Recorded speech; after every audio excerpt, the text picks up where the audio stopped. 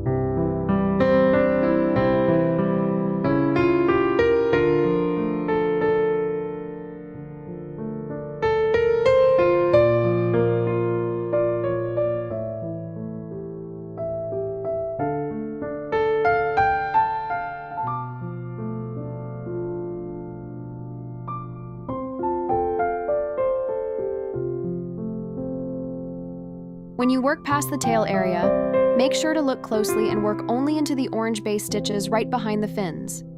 Do not pierce or catch the 3D tail itself, so it can pop out perfectly.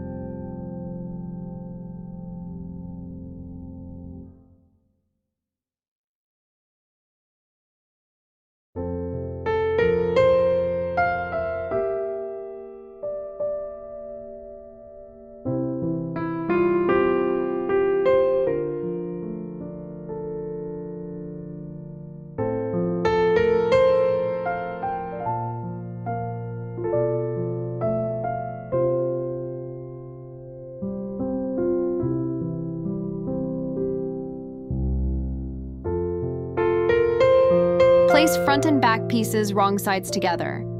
Using color C, join both layers with 36 single crochets around the bottom. Leave the top 12 stitches unworked on each side to form the bag opening.